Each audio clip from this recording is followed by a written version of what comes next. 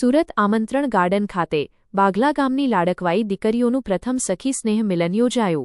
સુરત શહેરના આમંત્રણ ગાર્ડન ખાતે બાઘલા ગામની લાડકવાઈ દીકરીઓનું પ્રથમ સખી સ્નેહ મિલન કાર્યક્રમ ભવ્ય રીતે યોજાયો હતો. કાર્યક્રમમાં બાઘલા ગામની દીકરીઓ મોટી સંખ્યામાં જોડાઈ હતી અને એકબીજા સાથે સ્નેહભર્યો સમય વિતાવ્યો હતો.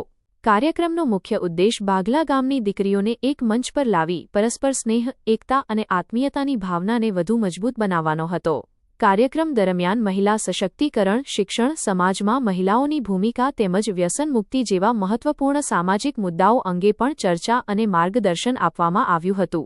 આ પ્રસંગે Rinkal Manibhai Kathiriya, trip advisor, doctor Aruna Gami, Bhartiben Kadvanariya, Komal Laxmanbhai Kathiriya, Pooja Vihalbhai Dobariya, Rejalben Keshubhai Nariya, Komalben Vitthalbhai Satasiya, Gitaben Girdharbhai Ajudiya અને એકતા મોહનભાઈ નારિયા સહિતની બહેનોની ઉપસ્થિતિ રહી હતી. સખી સ્નેહ મિલન દરમિયાન દીકરીઓએ પોતાના અનુભવો અને વિચારોની આપ-લે કરી હતી. પ્રથમ વખત યોજાયેલા આ કાર્યક્રમને લઈને ઉપસ્થિત બહેનોમાં ભારે ઉત્સાહ જોવા મળ્યો હતો. કાર્યક્રમ અંતે બાઘલા ગામની દીકરીઓ વચ્ચેનો સ્નેહ અને એકતાનો સંબંધ વધુ મજબૂત બનાવવાનો સંકલ્પ વ્યક્ત કરવામાં આવ્યો હતો. HX24 ન્યૂઝ ગુજરાતી સાથે જય બગિયા, સુરત. મણિભાઈ કથિરિયા ફ્રોમ લાલપુર, જામનગર જિલ્લો આવે અમારું. બાઘલા ગામનું નામ છે.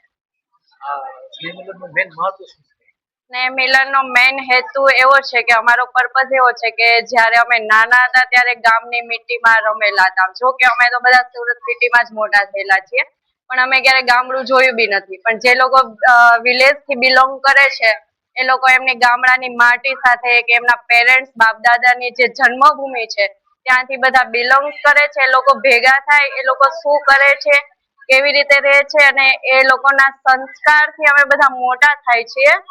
તો એ લોકોના જે આદર ભાવ સાથે અમે અમારી લાઈફ આગળ સુધારી શકીએ, અમને જે જરૂર પડે એ લોકોના લાઈફસ્ટાઈલથી અમે એમને આગળ વધારી શકીએ. બાકી બીજું તો કેવું છે કે કોઈ નાની મોટી બેન દીકરીઓ હોય છે કે એમને કોઈ ફાઇનાન્શિયલ સપોર્ટ તો અમારાથી મળી શકે એવું છે નહીં, બટ એમને અમે પોતાના જે ઘરેથી વર્ક કરી શકે એવા વર્ક કરવા માટે હેલ્પ કરી શકીએ કે એમનો બિઝનેસ થોડોક આગળ કરીને એમના ઘરને થોડોક સપોર્ટ કરી શકે, ફાઇનાન્શિયલ સપોર્ટ મળી શકે. લોકોને એ સંદેશ આપવા માંગીએ છીએ કે તમે બધા બહેનો ભેગા થાઓ, બધા પોતપોતાના વિચાર રજૂ કરો. કોઈને કઈ હેલ્પ જોઈતી હોય, નાની મોટી હેલ્પ મળી શકે, કોઈને બિઝનેસ મળી શકે, તમે કોઈ એકબીજાને ઓળખાણ આપી શકો અને તમે કયા ગામથી છો, તમારા નામથી ગામથી તમે ઓળખાઈ શકો. डॉक्टर अरुणा डोबरिया है। वैसे तो मैं यहाँ पे पिछले काफी सालों से रह रही हूँ। मेरे मम्मी पापा भी गाँव रहते हैं, मैं उतनी गाँव रही नहीं हूँ, पर ये सब जो अभी देख रहे हैं, मतलब सारी लड़कियां मिल रही है, बाहर निकल रही है अपने अपने घरों से, वो सोच के मुझे भी ये बहुत अच्छा आइडिया लगा कि हम ये कर सकते हैं, सभी लड़कियां कर सकती है। एक बार एक दिन तो वो निकाल सकती है अपनी लाइफ में से कि वो ना ही हस्बैंड ना ही बच्चे, कोई भी उसकी जिम्मेदारियां छोड़ के एक दिन वो अपने लिए निकाले। मेरी सभी लोगों से यही है कि आप एक दिन निकालो, सबसे मिलो, आप अपने लिए कुछ करो या फिर अपनों से सीख के कुछ करो। ये आपको फ्यूचर में अल्टीमेटली काम आने वाला ही है।